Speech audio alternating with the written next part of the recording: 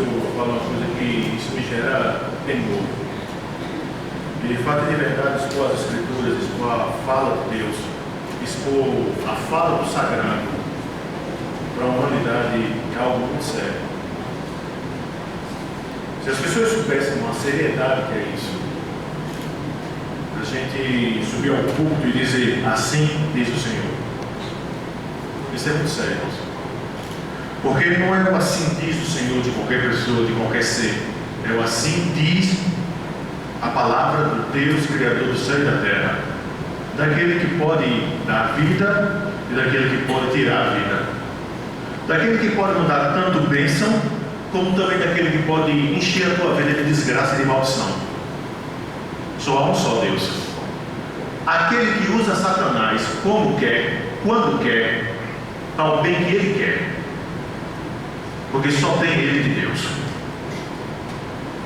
É este Deus que se vai anunciar a palavra dele. Isso é sério. Vamos ver as Escrituras em Tito 2, de 11 a 15. Vamos para a palavra de Deus, irmãos. Pedir graça a Deus, iluminação, para que a palavra seja compreendida e entendida. Tito 2, de 11 a 15.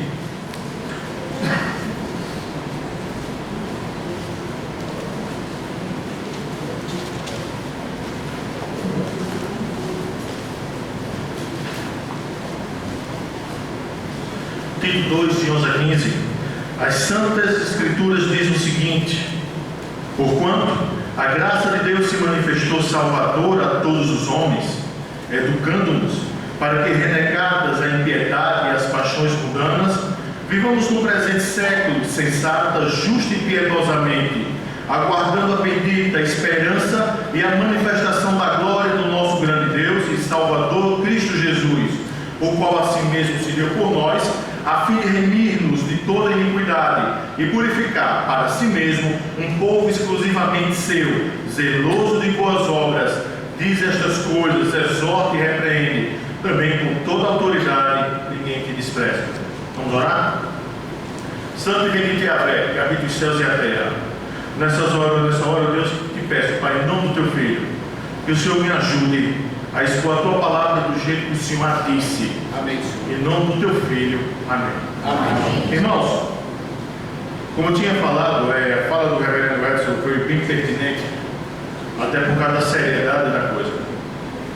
Expor a palavra de Deus é algo muito sério, é algo que denota grande responsabilidade. E antes de expor propriamente o texto, é necessário que a gente faça alguma introdução. E eu queria falar a respeito de um grande homem de Deus chamado John Newton. O John Newton, antes da sua conversão, ele era mercador de escravos. E a história conta que ele era libertino.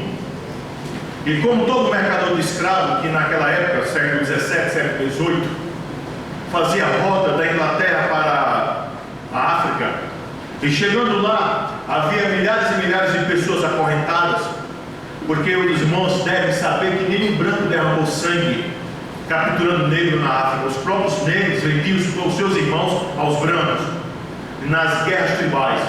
Então o branco chegava lá e comprava. O pior tipo de mercador, o pior tipo era o mercador francês. Ele era extremamente cruel, além de ser imundo naturalmente, quando não gostava de tomar banho, já naquela época. Então o inglês, ele também era cruel, e muito cruel. E as estatísticas dizem, irmãos, que eles eram acorrentados um de frente ao outro, para que não houvesse tentativas de suicídio, homens, mulheres, crianças, e eles eram tidos por mera mercadoria. Eles atravessavam o Atlântico e geralmente perdiam 20% da carga humana, quando não muito eram jogados aos mares. Chegando aqui, eles eram trocados por cachaça, açúcar e outros bens. O John Newton, em uma dessas travessias, o seu barco afundou. Mas ele tinha escutado o Evangelho lá na sua pátria natal. E ele clama por Cristo nessa hora. Só que foi um clamor não tão sincero, daqueles clamores que geralmente as pessoas fazem quando estão com medo ou estão passando por algum problema. Geralmente, quando Deus as tira dessas situações, elas se esquecem de seus clamores. Mas só que quando João Newton chegou na terra, já passando aquilo como na palavra começou a incomodá-lo. De sorte que ele veio assumir um compromisso real com Cristo Jesus. E ele foi impactado pela graça. Ele escreveu um hino, graça maravilhosa. Antes também de nós entrarmos propriamente na exposição do texto, também faz necessário nós entendermos o porquê de Tito. Tito é uma carta pastoral, certo? Paulo manda Tito estabelecer liderança na igreja de Creta. E lá em Creta, como todas as cidades do Império Romano, era uma cidade muito extremamente problemática. Aliás, ser cristão no primeiro século era algo muito problemático.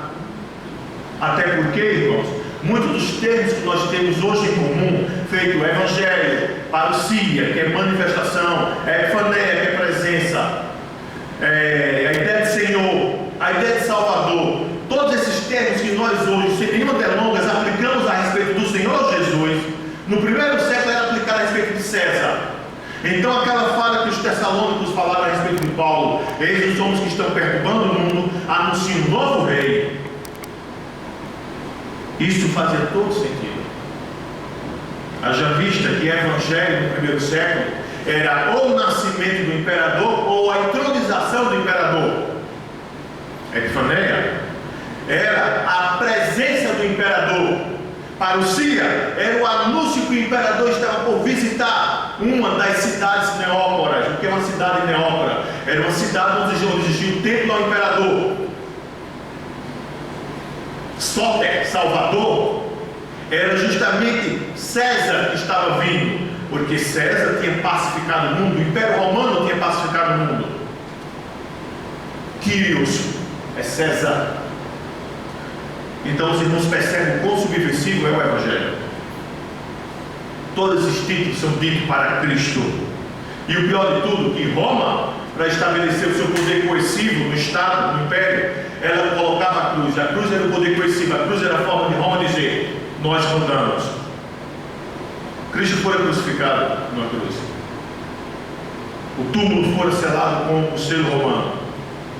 Só que o túmulo foi arrombado de dentro para fora. Então isso era bem claro no primeiro século. O cristianismo é maior do que Roma. O cristianismo é maior do que o Império. O cristianismo derruba. Então, irmãos, o tema que fora nos dado pelo reverendo pastor Célio é: como posso edificar a igreja de Cristo? E eu queria trabalhar com vocês esse texto. Hoje eu não vou ser tão ortodoxamente presbiteriano, apesar de ser ortodoxamente presbiteriano. Por que não? Homileticamente, todo sermão presbiteriano é 3 pontos, né, queridos irmãos? Todo pastor presbiteriano sabe disso. Hoje eu vou fazer com 4, tá? Então hoje eu não vou ser tão ortodoxo, presbiterianamente falando e homileticamente falando, vai ser de 4 pontos para o sermão. Só que o sermão será exegético, como manda a prática reformada.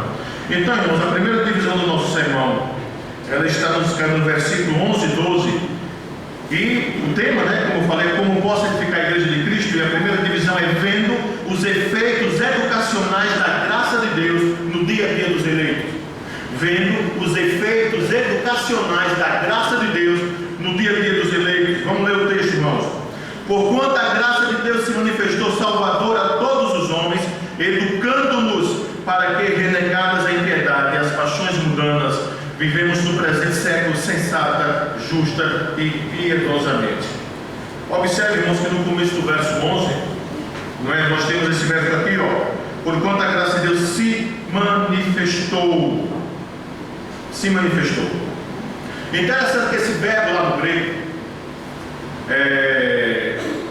existe um termo no grego chamado auristo, e quando esse termo aparece, ele diz respeito a algo que aconteceu. Não importando quando, não importando se a coisa vai durar, só diz respeito a algo acontecendo. Então a Escritura começa dizendo que a graça de Deus ela se manifestou. Mas como é que ela se manifesta? Como é que ela se manifesta? Ela se manifesta de forma salvadora. A palavrazinha no grego, que é para manifestar, ela dá a ideia de algo que aparece repentinamente no cenário. E essa palavra é usada especialmente para designar intervenção divina. E Então aqui, irmãos, também nós temos um princípio. O nosso Deus é um Deus imanente. Em teologia nós estudamos a transcendência de Deus e imanência de Deus. Transcendência de Deus é que Deus está fora do universo. Deus não é universo, não é panteísmo. Mas também Deus não é um Deus ausente. Deus é um Deus que Ele criou todas as coisas, sustenta todas as coisas, mas Ele é um Deus que Ele se relaciona contigo. Ele é um Deus que Ele escuta aquela tua prece que tu faz lá no teu quarto, quando ninguém vê, Ele vê. Então a ideia de a graça de Deus se manifestou. A palavra no grego manifestar quer dizer isso. É uma intervenção divina na história. É por isso que em ciência da religião nós falamos a fala do sagrado. O sagrado entra na tua história e o sagrado fala contigo. Só que a Escritura diz que o sagrado só fala através da sua palavra. Compreendemos? Então a graça de Deus ela entra no cenário. E a ideia é de uma manifestação particular, de intervenção divina, especialmente para ajuda. Um bom exemplo disso, só de figuração, seria quando o sol nasce de manhãzinha. O sol entra onde há trevas e ele clareia. Essa é a ideia. Agora, irmãos, o que é que apareceu de forma repentina? Vamos dar uma olhada no texto. Porquanto a graça de Deus se manifestou salvadora a todos os homens, certo? Educando-nos para que, renegada a impiedade e as paixões mundanas, vivamos no presente século sensata, justa e piedosamente. O que é graça? A definição: favor eterno, totalmente gratuito, manifestando em concessões de bênçãos espirituais e eternas às criaturas culpadas e indignas, ou seja, concessão de favor a quem não tem mérito próprio. Logo, irmão, ninguém pode reivindicar como direito. É graça. A própria estrutura do texto já nos mostra isso. A graça de Deus ela aparece de forma repentina e ela, nessa forma que ela se manifesta salvadora a todos os homens. Então a manifestação dessa graça não é algo que eu controlo. A manifestação dessa graça não é algo que eu produzo. A manifestação dessa graça não é algo, irmãos, que eu tenho como delimitar quando e como. A graça, irmãos, ela manifesta-se de forma salvadora. Então, irmãos, uma das primeiras formas que nós poderíamos ver como é que nós podemos edificar a igreja de Cristo é quando os irmãos sabem que a graça de Deus tem esses efeitos educacionais em sua vida no dia a dia dos eleitos. Edificar a igreja. Você é a igreja. A primeira coisa que você tem que entender é isso. A graça vai vir na sua vida quando Ele quiser que ela se manifeste de forma repentina e salvadora. Mas será que só existe graça no sentido salvífico? Não. No sentido salvífico, todos nós aqui que estamos, creio eu, somos fruto da aula da graça salvífica de Deus. Fomos eleitos na eternidade, fomos predestinados, fomos chamados eficazmente, estamos e somos santos, já que a santificação tem dois processos, posicional e progressiva. Posicionalmente falando, nós somos santos, progressivamente falando, nós estamos sendo santificados. Então a graça de Deus se manifesta, mas também a graça de Deus se manifesta na tua vida, quando tu lá no teu quarto, tu pede a Deus para Deus atender aquela tua prece, para Deus entrar na tua história, para Deus modificar alguma coisa, e a graça de Deus se mostra salvadora e salvífica na tua vida. Então, irmãos, a primeira coisa que a gente tem que entender como é que a gente se edifica como igreja de Cristo, como é que a igreja de Cristo é edificada, é entendendo que a graça de Deus, ela entra na nossa vida de forma salvadora, quando Ele quer, como Ele quer. A nossa confissão de fé diz que Deus atua com os meios, sem os meios, contra os meios e acima dos meios. No capítulo sobre providência. Mas, irmãos, o texto também continua dizendo o seguinte, que essa graça tem uma característica, observe, ela é salvadora, ou seja, ela traz libertação. Libertação para quem? A todos os homens. Quem seriam todos os homens? Todos? Óbvio que não. Em termos salvíficos, irmãos, o próprio Senhor Jesus vai dizer que Ele derramou seu sangue por muitos. Está lá em Marcos 14, 24. Efésios 5 diz que Ele comprou a sua igreja com o seu próprio sangue, Efésios 5, 2. E que Ele derramou o seu sangue pelos seus eleitos. Então, irmãos, a graça de Deus é manifesta por todos os seus santos. Agora, qual a razão dessa graça de Deus ser manifesta por mim e por você? Olha o que o texto vai dizer, irmãos. A finalidade desta graça ser manifesta. Olha o versículo 12. O texto começa dizendo: educando-nos. Educando-nos. A graça se manifestou e, como resultado, ela continuamente educa-nos, irmãos. Educa-nos. As Escrituras testificam a respeito dela, dizendo que toda Escritura, inspirada por Deus, é útil para o ensino, repreensão, para a correção, para a educação na justiça, a fim de que você e eu sejamos perfeitos e perfeitamente habilitados para toda boa obra. Educando-nos. Educando-nos. Para quê? A graça entra, e a graça tem finalidade de me educar, mas me educar para quê? Vamos dar uma olhada, irmãos. Observem aí, ó. Para que renegadas a impiedade e as paixões mundanas. Renegada a impiedade e paixão mundana. A ideia de impiedade no grego quer dizer, irmãos, renegar. A ideia de rejeitar tudo aquilo que é reverente, tudo aquilo que tem a ver com Deus. E educando para que renegados a impiedade. Porque a exposição da palavra de Deus é necessária. Por quê? Porque, irmão, quando nós viemos do mundo,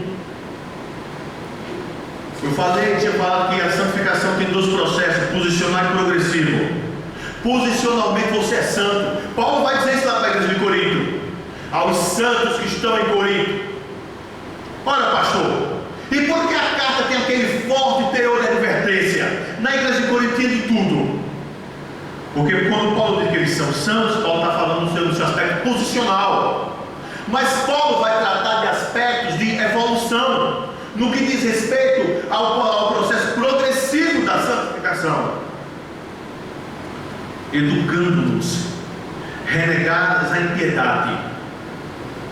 Quando nós vimos o mundo, e quando nós chegamos na igreja, é lógico que a gente não sabe o que é reverência. É lógico que a gente não sabe aquilo que diz respeito às coisas de Deus. Por isso que nós temos que aprender. Por isso que nós temos que aprender. Essa questão de reverência é muito interessante. O reverendo falou isso agora. Eu estava me lembrando quando eu era criança, que aí eu e minha irmã, a mãe dizia, domingo de manhã, chegava da escola dominical, amanhã a gente almoçava, a mãe dizia, lá na presbiteriana central do Caruaru, dormiu os dois. Mas mãe, dormi os dois. Aí eu me lembro que a gente fingia que dormia. Criança, né? Quem acha que criança não é esperta, irmão, você esquece que criança tem pecado original, né? E o pecado é manifestação, corrupção é manifestação do pecado original. Nenhum pai aqui precisa ensinar para a criança a fazer o erro, ou precisa? O pai precisa corrigir a criança, né? Porque não ensinar ela a fazer o erro. Quando é que ela aprendeu? Na fonte, irmão. O pecado original que ela traz de dentro. Ela herdou de você. E você herdou do papai Adão. Todos nós vimos de Adão. Romanos 5:12. Então, a irmã dizia, dormir. Aí eu fechava o olho, meu irmão fechava o olho também. E a mãe abria a porta, estão dormindo. Aí quando nós chegávamos à noite na igreja, a gente queria dormir, né? Aí eu lembro que a gente ficava sentado assim perto de mãe. Aí mãe, beliscãozinho, acorde. O que foi que eu disse para você? Se dormir, apanha. Você está na casa de Deus.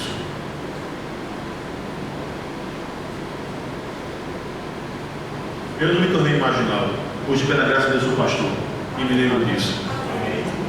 Então, irmãos, qual é a ideia de a graça que se forma, que educa-nos, para que renegadas a impiedade? A impiedade é essa falta de perspectiva do que é sagrado.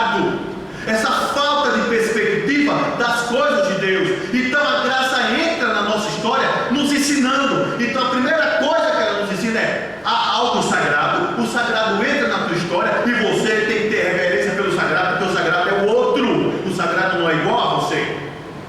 O sagrado é o outro que tem que ser amado, crido e obedecido. Entendemos?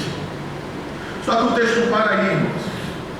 Também o texto vai dizer o seguinte, olha, que a graça nos educa para renegarmos a impiedade e as paixões mundanas.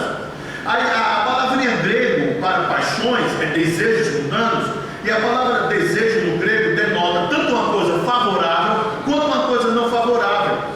Mas sempre a ideia no grego indica algo muito forte.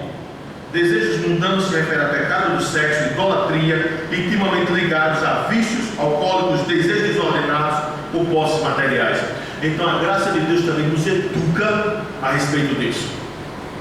E eu creio que tem muito crente que precisa ser educado a respeito dos seus desejos. Dr. David Martin Lloyd Jones dizia o seguinte: quando a palavra de Deus é exposta no púlpito, o gabinete pastoral é esvaziado.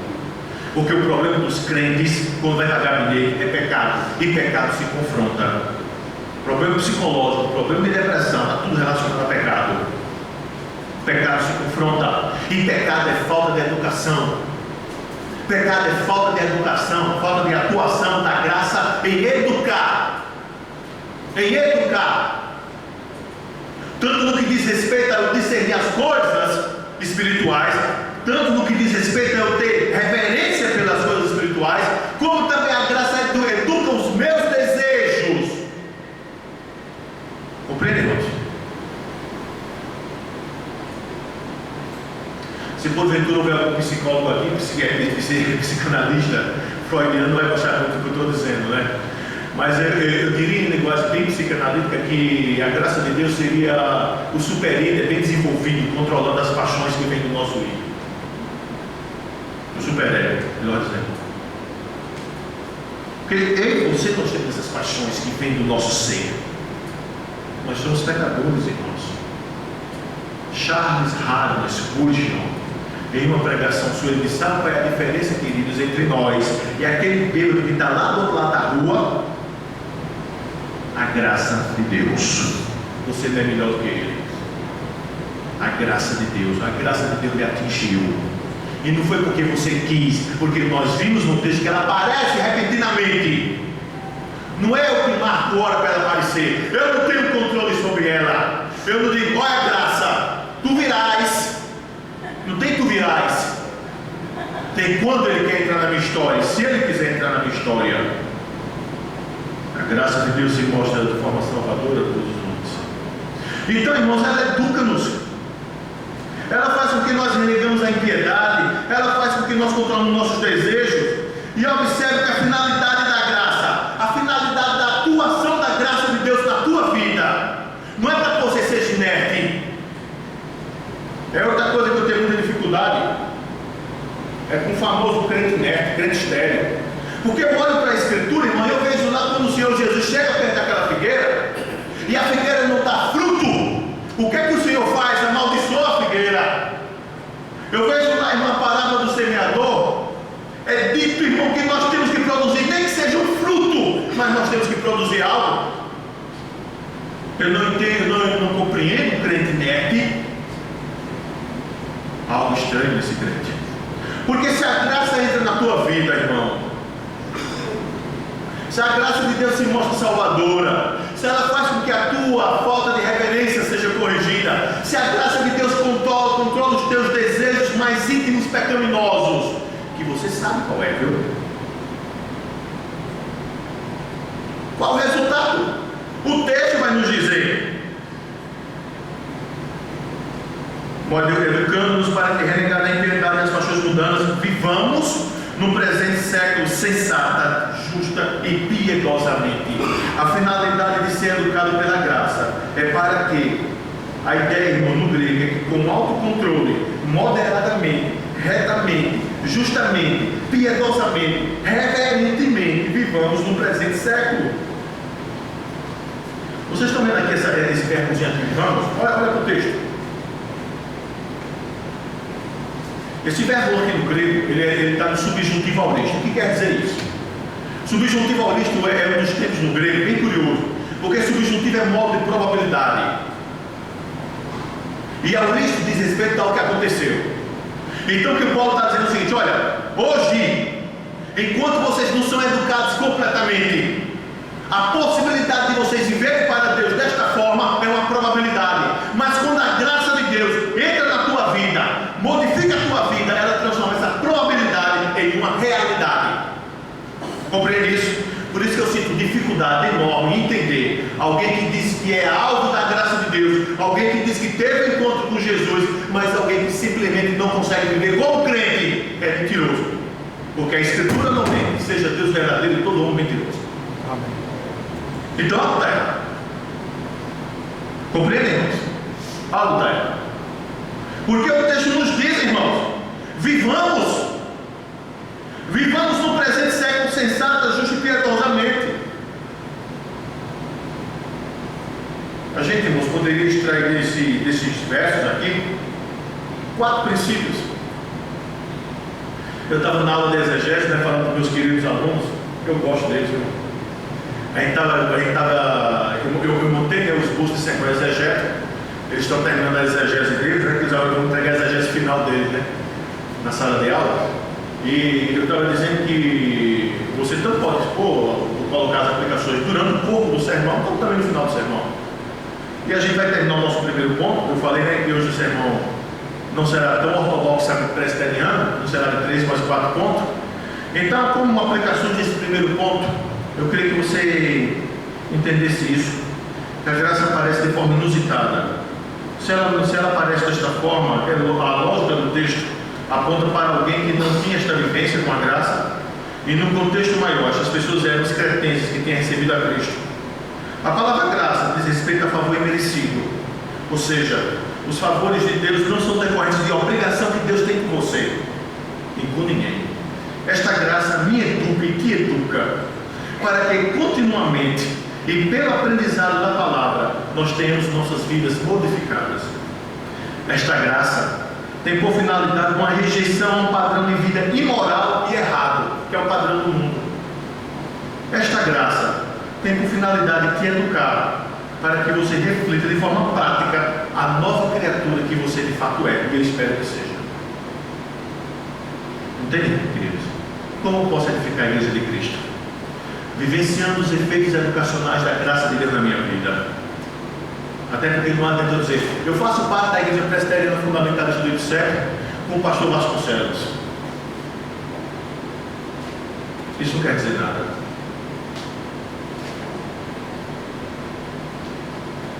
Mas se eu tiver uma vida correta diante de Deus, e se eu disser, eu faço parte da igreja presbiteriana fundamentalista do IPSEC, aquela do reverendo Vasconcelos, as pessoas vão ver credibilidade na igreja, não é porque elas conhecem o reverendo Vasconcelos e tem credibilidade para dar e para vender, mas é porque elas olham para a tua vida e vão dizer, esse cabra aí é crente. E por que ele é crente? Olha a vida dele. Como posso edificar a igreja de Cristo? Quando eu vivo os efeitos educacionais da graça de Deus na minha vida. Primeiro ponto, vamos para o segundo. Trabalhar. Segunda divisão, como posso edificar a igreja de Cristo? Vendo os efeitos educacionais da graça de Deus na esperança dos eleitos. Porque nós temos que ter esperança. O que é que o texto vai dizer? Verso 13. Observe, irmãos, que quando a gente fragmenta o texto, dá a entender que não o texto está sem coesão, né? Mas se vocês observarem, nós temos uma vírgula aqui. Correto? E os irmãos bem sabem que essa numeração de capítulo e versículo não fora posta por Paulo. Isso fora posto por um cara chamado Stefano, lá no século XVI. Entendeu? Então tenta ler a escritura sem esses versículos, para poder você entender o que é coesão textual. O texto tem um fluxo normal. Compreende isso?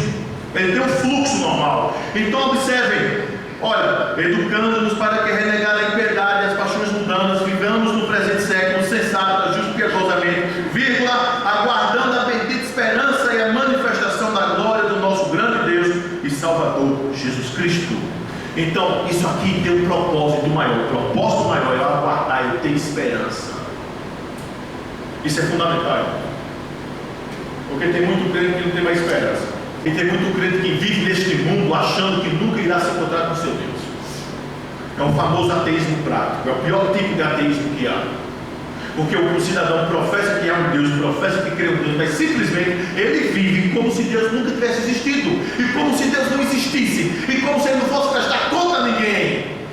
Ele é avarento, ele é imoral, ele é idoso, ele é pecador. A graça de Deus não o educa, mas ele sobe à igreja por uma questão de tradição. Mas ele não experimenta os efeitos salvíficos da graça de Deus na sua vida. E consequentemente ele não tem esperança. Irmãos, observa o texto. O verso 13 começa aguardando, verdade? Aguardando. E esse verbozinho aqui no grego é bem curioso, que ele é um particípio, ele está no presente, e a ideia do presente no grego é algo contínuo. O que quer dizer isso? Quer dizer que o crente tem que ter a seguinte perspectiva: Cristo voltará. Quando? Não sei. Mas qual é a tua esperança? Cristo voltará. Quando? Não sei. E tu não se cansa de ter essa esperança não? Não. Por quê? Cristo voltará. Quando? Não sei. Mas Cristo voltará. Isso faz todo sentido do mundo, irmãos. Isso modifica a tua forma de viver. Porque à medida que tu percebe que teus anos passam, se tu não te encontrares com o Senhor Deus no último dia, tu podes morrer antes, ou de morte natural, ou de morte matada, após a morte matada. Deus pode te levar através de um acidente, de um assassinato, de uma morte, de qualquer coisa. Ele é soberano. O importante é que tu percebas que tu vai te encontrar com teu Deus. Tua vida tem que ter finalidade, irmão. Você não pode viver um cristianismo sem essa finalidade. Você não pode viver um cristianismo achando que você nunca vai prestar conta a ninguém. Você vai. Olha para a tua vida até o dia de hoje. O que é que tu fizeste para o reino de Deus? Qual é a esperança que tu tens? Quanto tempo tu perdeste correndo atrás de coisas passageiras, pensando tu que essas coisas passageiras tu adquiriste por causa do teu esforço? Não foi, não. Se Deus não quisesse te dar, tu nunca terias tido. Então muda de foco. Muda de foco. A tua esperança tem que estar a vida dele. Muda de foco. A graça tem que te educar, querido. Muda de foco. Irmãos, e a Escritura vai dizer que esse aguardo, essa bendita esperança. E essa bendita esperança, a ideia do grego é bem clara. Ela comunica para mim bênção, felicidade, deleite e glória. Bênção, felicidade, deleite e glória. Essa esperança me comunica isso. Então é muito fácil nós detectarmos o quanto atrofiados nas Escrituras e o quanto atrofiado na vida cristã nós estamos. É muito fácil detectar.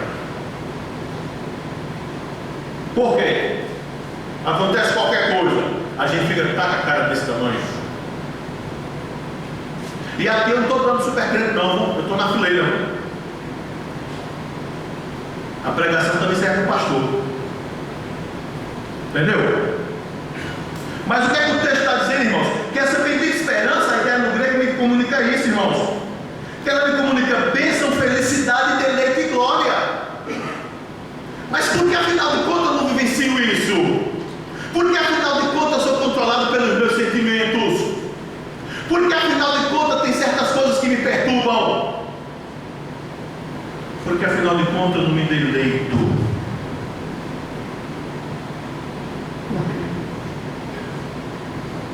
Talvez a resposta seja, irmão, porque a graça de Deus não está me educando quanto ela deveria me educar.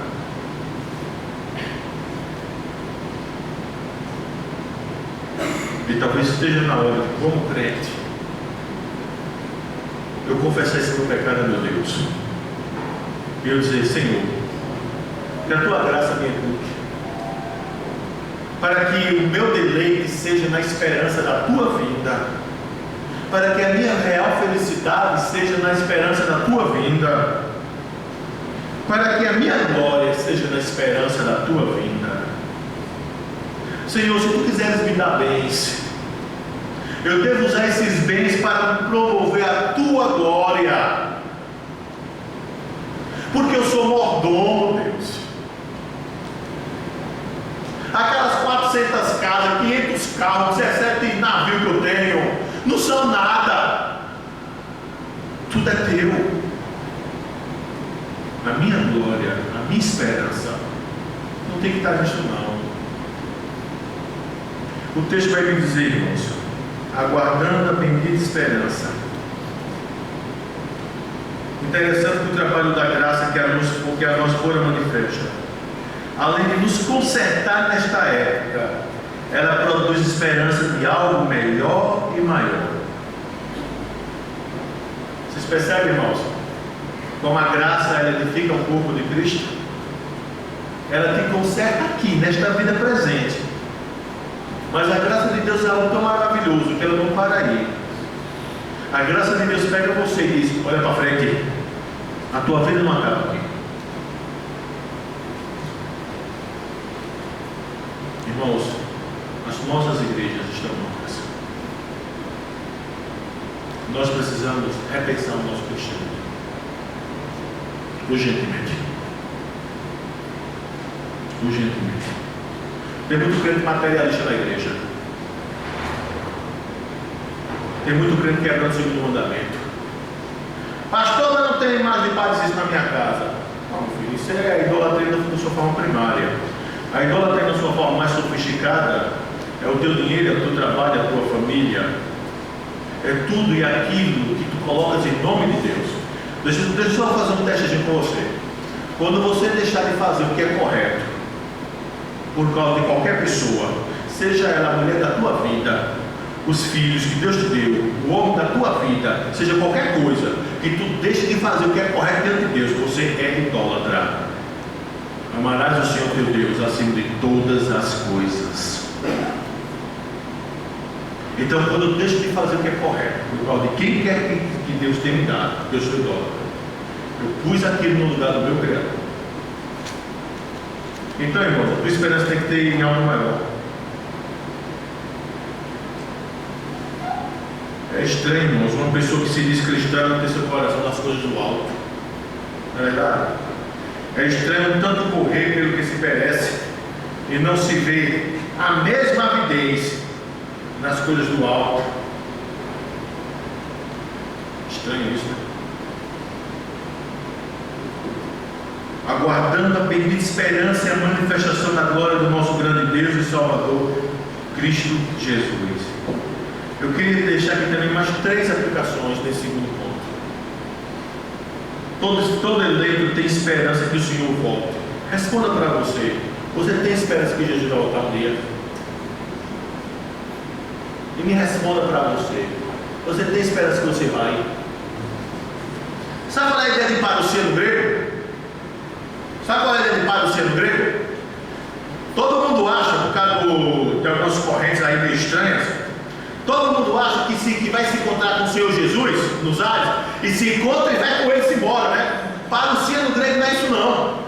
Parousia no grego equivale ao seguinte: eu estou dentro da minha casa, o meu querido presbítero Lucas chega lá e diz: pastor, oi Luquinha, eu chamo ele de Luquinha, amigo e irmão, e é o nome de Deus. Entra Luquinha. Luquinha fala o quê? Entra. Parousia é isso.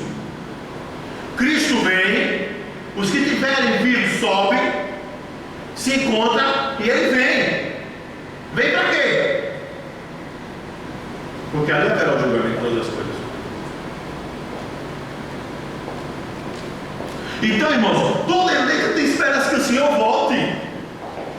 Todo eleito tem esperança que o Senhor irá consertar as coisas. E a minha pergunta é: você tem essa esperança?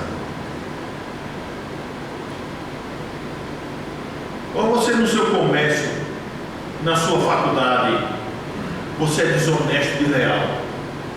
Porque afinal de contas, nesse país de terceiro mundo que é o nosso, o que vale é o jeitinho brasileiro.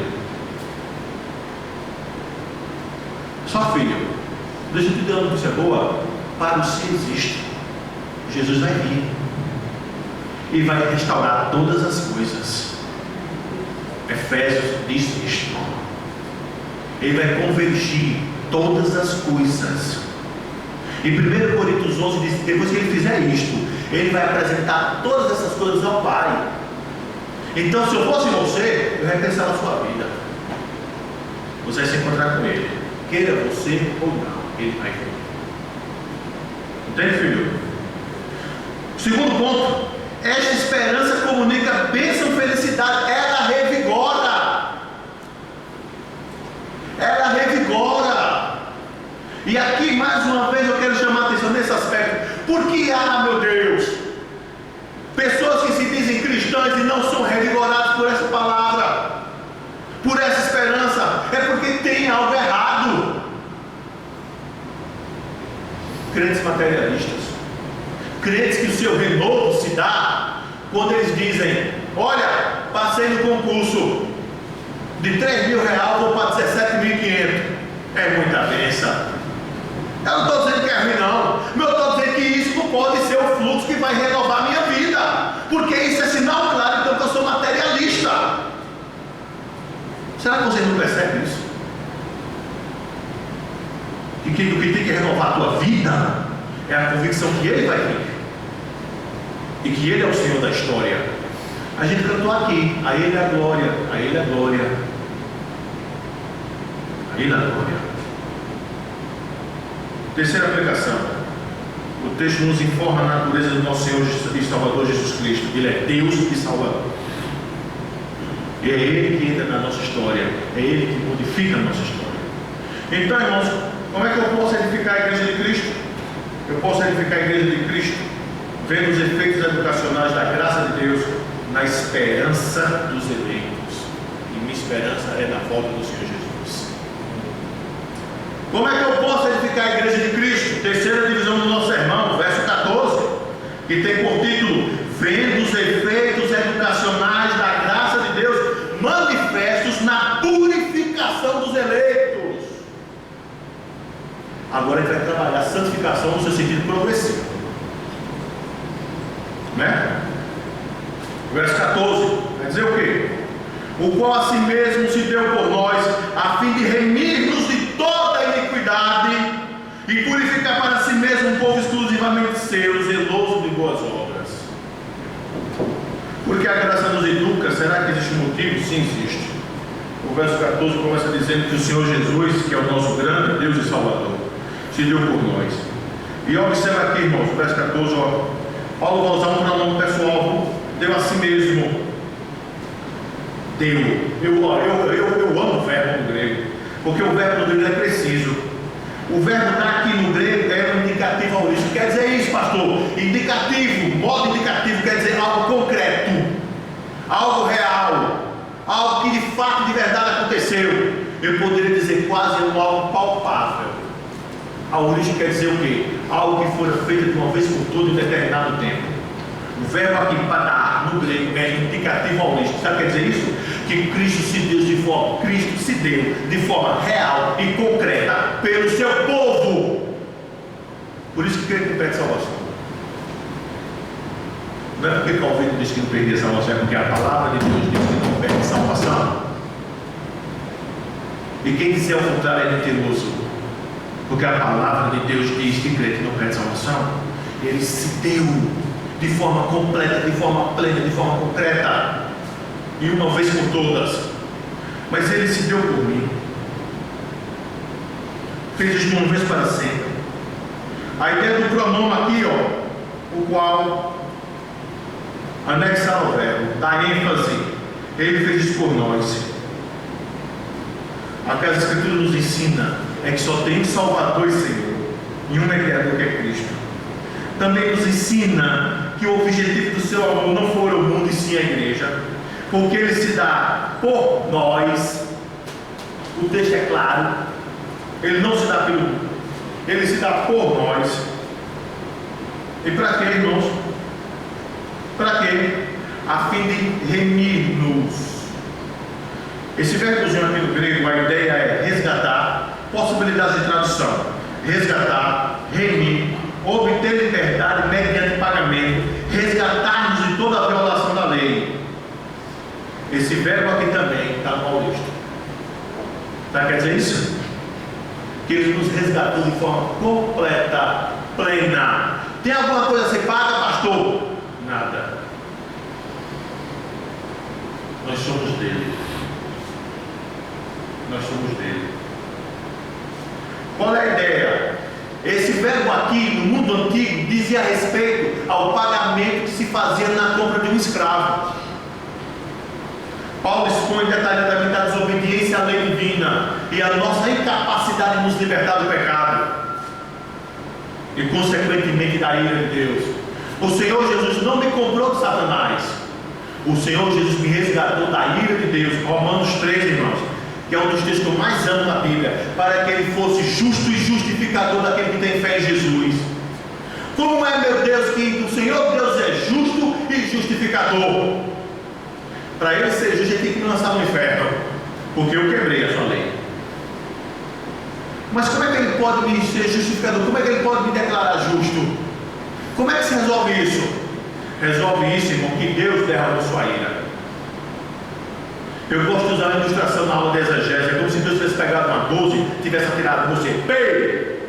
Só que antes da bala chegar em você, Jesus passa na tua frente. Ele recebe a ira de Deus. 2 Coríntios 5:21. Ele se tornou maldição em todo lugar. Mas ele não merecia morrer, porque a justiça decorrente da obediência da lei ele adquiriu por mim e por você. A Escritura diz que ele recebe a ira destinada a mim. E a justiça que ele adquire pela obediência da lei, ele transfere para mim. É essa a ideia de justificação. Compreende? Essa é a ideia de justificação. Então, irmãos, o Senhor Jesus me compra, me resgata da ira de Deus. Mas o texto também diz o seguinte, irmãos: remir-nos de toda iniquidade. Essa ideia aqui de iniquidade, de purificação, que o texto vai mostrar aqui, o próximo verbo, purificação, a ideia no grego é de limpar. Limpar. Por que limpar? Porque o pecado nos suja, irmãos. O pecado nos torna odiosos a Deus. Então a graça de Deus se manifesta na minha vida de forma salvadora, me educa, limpa, me dá esperança, ela me transforma. E a finalidade, irmãos, é para que eu louve a Deus, para que o meu culto seja aceitável a Deus. É por isso que a graça tem esse viés aqui de limpar, purificar, para si mesmo um povo escolhido, especial, ou seja, algo que pertence a uma pessoa de modo muito querido. Perceba, irmão, como fé e obra andam juntas. Percebam quantas características éticas do reinado de Deus estão na vida de todo aquele que foi alvo da graça. Percebam. Purificar para si mesmo um povo exclusivamente seu, zeloso de boas obras. Eu queria extrair também aqui desse terceiro ponto mais 3 lições. Primeiro, o grande amor de Deus em Cristo por mim e por você. O seu trabalho, que Ele teve de nos resgatar da ira de Deus. Mesmo sendo resgatado das trevas, o nosso preço, como já falei, fora pago a Deus e não a Satanás. O Senhor Jesus nos resgatou da ira dele, de Deus. Além de me resgatar e te resgatar, Ele nos purifica para si mesmo. Nós somos uma propriedade muito especial dele. Já vai dizer que o Espírito Santo sente ciúme por nós. E esta nova situação que nós estamos, irmãos, é manifesta em boas obras. E por termos esta natureza e sermos do Senhor, nós devemos ser zelosos na prática de boas obras. Como é que eu posso edificar a igreja de Cristo? Quarto e último ponto do nosso sermão. Vendo os efeitos educacionais da graça de Deus na fidelidade da entrega da mensagem. Por que, pastor, o senhor colocou um quarto ponto referência aos pastores? Porque os pastores são os ministros de Deus, ordenados por Deus, para ensinar o rebanho as coisas de Deus. Alguém deve estar olhando para mim, né? Então, como eu sei que a curiosidade matou o gato, então deixa eu responder a curiosidade para vocês não morrerem de curiosidade. O povo olha aqui, todos os reverendos aqui, né? Todo mundo de gravata, e eu com colar. Eu estava em Caruaru certa vez, alguém perguntou: pastor, o que é isso aí? E de imediato, né, tem aquela ideia, isso é coisa de padre, parece um padre, não sei o quê. Aí eu deixei o povo brincar, depois vocês querem saber? Queremos? Vem cá. O colarinho clerical, ela é uma prática protestante que surgiu na Inglaterra. E o colarinho clerical diz o seguinte: o colarinho é a coleira. Todo pastor é servo dos servos de Deus. Então isso aqui é a coleira de Cristo. O branco significa que quem usar a coleira tem que pregar o evangelho na sua pureza e integridade. Aí quando eu terminei de dizer isso, então, pastor, a gente pode usar também a coleira? É engraçado que eu mudou o viés, né? De padre eu passei agora para o pastor, posso também usar a coleira? Aí eu vou dizer: não, irmão, sossega. Mas por que, irmãos, eu falei essa questão? Porque, irmãos, os ministros de Deus são os homens responsáveis para ensinar o rebanho de Deus. Então é óbvio que a edificação da igreja de Cristo começa e passa necessariamente pela exposição das Escrituras. A fé vem pelo ouvir e ouvir a palavra de Deus. Ora, se o ministro não transmite a palavra de Deus com idoneidade, este rebanho será um rebanho fraco. É um rebanho da graça de Deus não se tornará manifesta. É um rebanho onde haverá homens insolentes, irreverentes, impiedosos, materialistas. Então, irmãos, por causa disso, eu acho que o último efeito educacional da graça de Deus, para que a gente possa edificar a igreja de Cristo, passa necessariamente pela fidelidade na entrega da mensagem. Então, essa parte agora aqui nos toca, né, irmãos? Pessoal, irmãos, verso 15. Paulo vai dizer para Tito: disse estas coisas, exorta, repreende também com toda a autoridade, ninguém te despreza. A graça de Deus também se mostra de forma bem especial na vida do mensageiro. Paulo, depois dessas instruções educacionais da graça de Deus, diz para Tito o que ele deveria fazer. Paulo não pede a Tito que ele fale. Ele não diz: olha, vê aí, se der, fale. Não. Paulo ordena a Tito. Esse verbozinho aqui, ó, dize. Esse verbozinho aqui no grego é um imperativo altivo, presente. Imperativo é ordem. E a ideia do presente no grego, como eu já falei para vocês, é algo contínuo. Então o que Paulo está dizendo é o seguinte: entende que fora de tempo, prega a palavra. Mas Paulo, olha, tu sabe, né, Paulo? Eu tenho mulher e 4 filhos. Eu não posso pregar certas doutrinas, porque senão a arrecadação de pode cair. Prega. Mas Paulo, prega.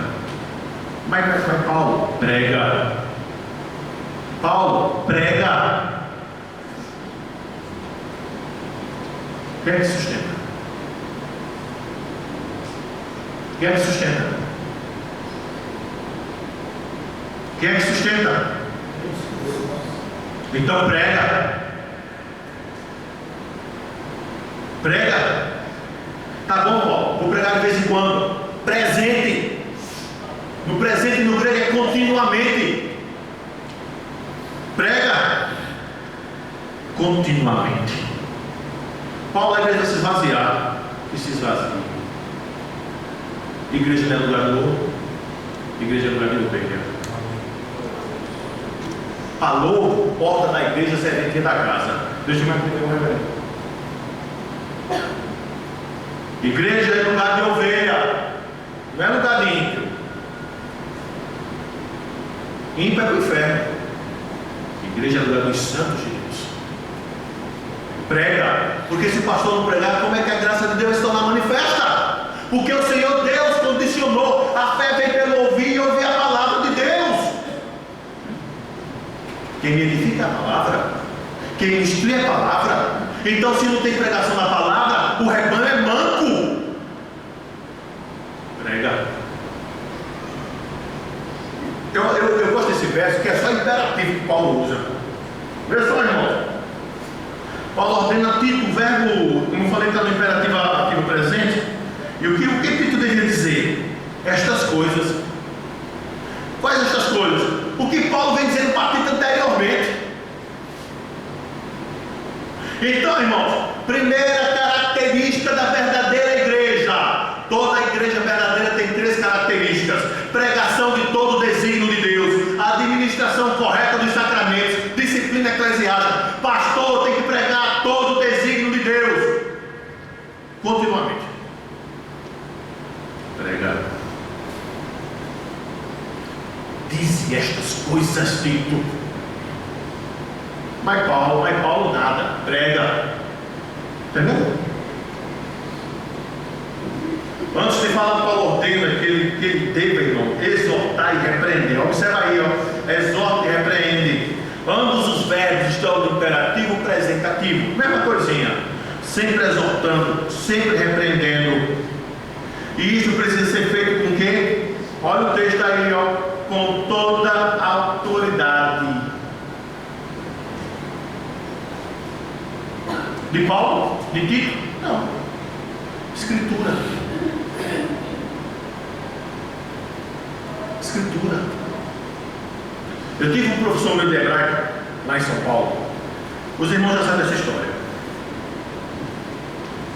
Que ele dizia o seguinte, entre muitas coisas que ele dizia: quando um pregador sobe ao púlpito e diz o seguinte: Calvino disse, Lutero disse, alguém que está sentado lá no banco diz: eu não creio que Calvino disse, eu não creio que Lutero disse. Mas quando um pregador sobe ao púlpito, Jaziel, e ele abre as escrituras, ele diz: o Senhor disse. Se o cabra que estiver lá no púlpito sentado, lá no banco sentado, disser: eu não creio, esse pregador tem a autoridade de Deus de dizer: você é ímpio. Porque todo pensamento tem que ser levado cativo a Cristo Jesus. Tem isso?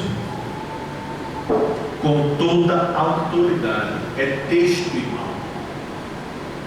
Esse mesmo professor dizia para mim: texto, Jaziel, texto, tudo é texto.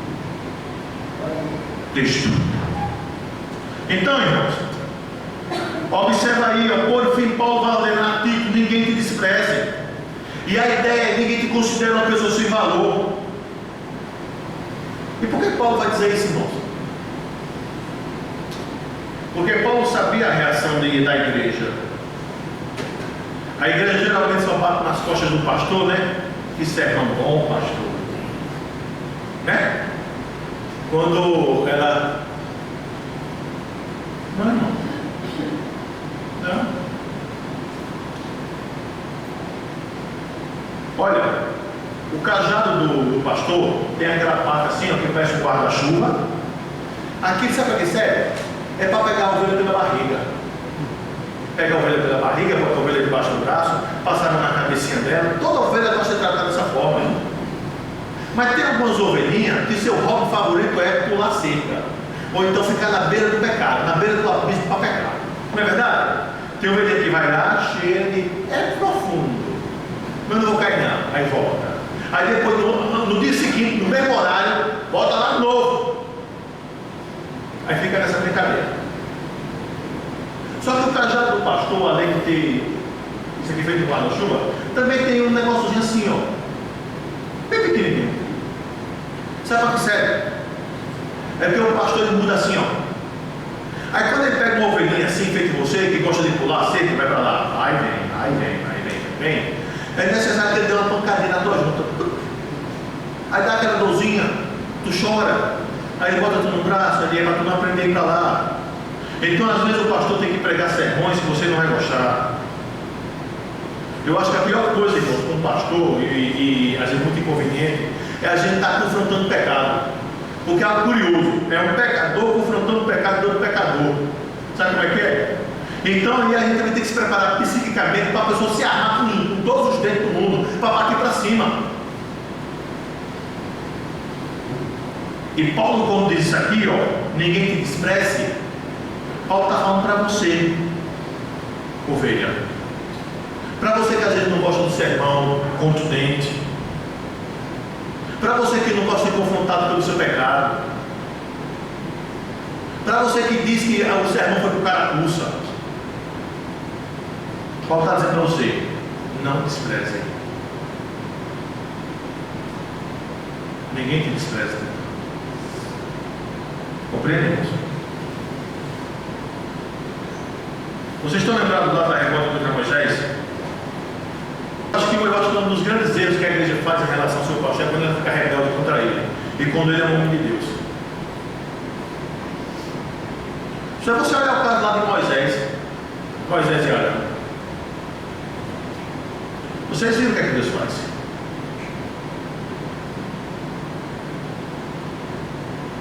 Quando Deus levanta homens, esses homens pregam fielmente a palavra de Deus. Quando a palavra é exposta, é fala de Deus. Não fique pensando que uma atitude sua pode obstruir o canal de graça. Não vai obstruir. Se você se levanta contra o homem de Deus e contra a palavra pregada, e você quer obstruir, saiba que você está lutando contra o próprio Deus. Deus te dá uma notícia triste, vai perder. Entendeu? Ninguém te despreza. Então, irmãos, como é que eu posso edificar a igreja de Cristo? Quando eu vejo os efeitos educacionais da graça na minha vida, quando eu vejo os efeitos educacionais da graça de Deus na minha esperança, quando eu vejo os efeitos educacionais da graça de Deus na minha purificação, e quando eu vejo os efeitos educacionais da graça de Deus na fidelidade do ministro apresentando a palavra de Deus, porque só assim a igreja de Cristo será edificada.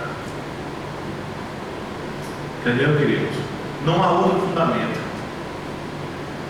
só há um fundamento: Senhor Jesus. E eu quero fazer as aplicações finais.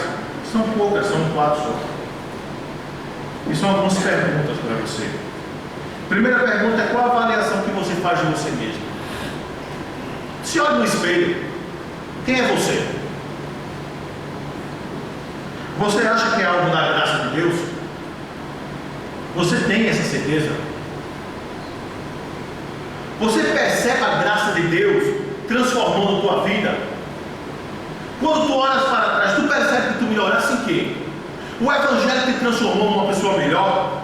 Ou tu continua sendo aquela mesma pessoa miserável, arrogante, irrelevante, irreverente, impertinente, insolente? Será que o Evangelho mudou tua vida? Já pensou nisso algum dia, meu filho? Pense. Será que seus amigos percebem que você abandonou os desejos mundanos? Ou será que eles têm você como parceiro na impiedade? Hein? Será que eles podem testificar que você um dia fora, mas hoje não é mais?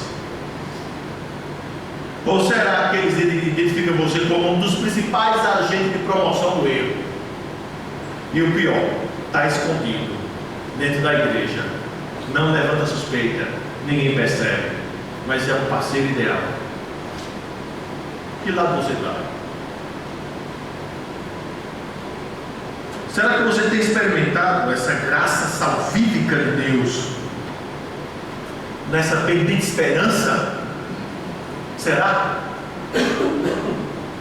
Ou será que o que tem norteado a tua vida é a esperança de tu passares daquele concurso? Não estou dizendo que é errado não, viu?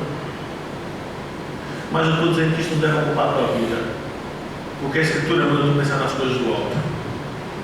E até porque, irmão, o grego Pedro vai usar a expressão lá no grego: nós somos paroquianos. A ideia de paroquianos no grego é passageiro. O tempo do teu trânsito aqui nesta terra, tu não sabes.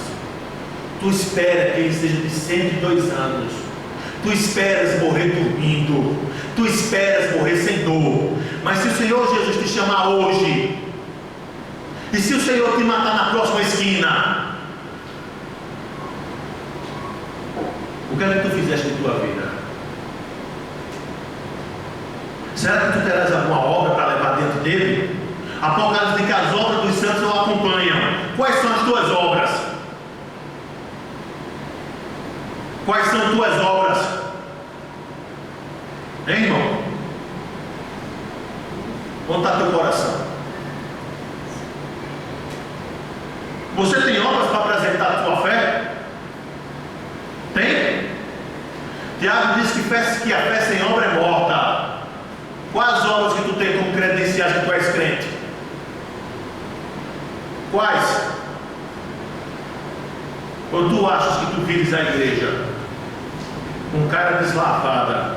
É alguma obra para se apresentar diante de Deus? Não é não? Se tu não tiver fruto digno de arrependimento, não adianta tu dizer: eu estava presente quando o reverendo Gueiros fundou a igreja presbiteriana fundamentalista do Brasil. O reverendo Gueiros está com o Senhor, né? Reverendo Gueiros está com o Senhor e vai para o inferno. Não adianta não, irmão. Se tu não experimentares na tua vida os efeitos da graça de Deus, tu vai para o inferno. Tu és o pior tipo de ímpio que tens. Tu és o reprovado. Tu és o iluminado de Hebreus 6. Entende? Era melhor tu estar no mundo. Ou tu é crente ou tu não és crente. Ou tu és nova criatura ou tu não és nova criatura.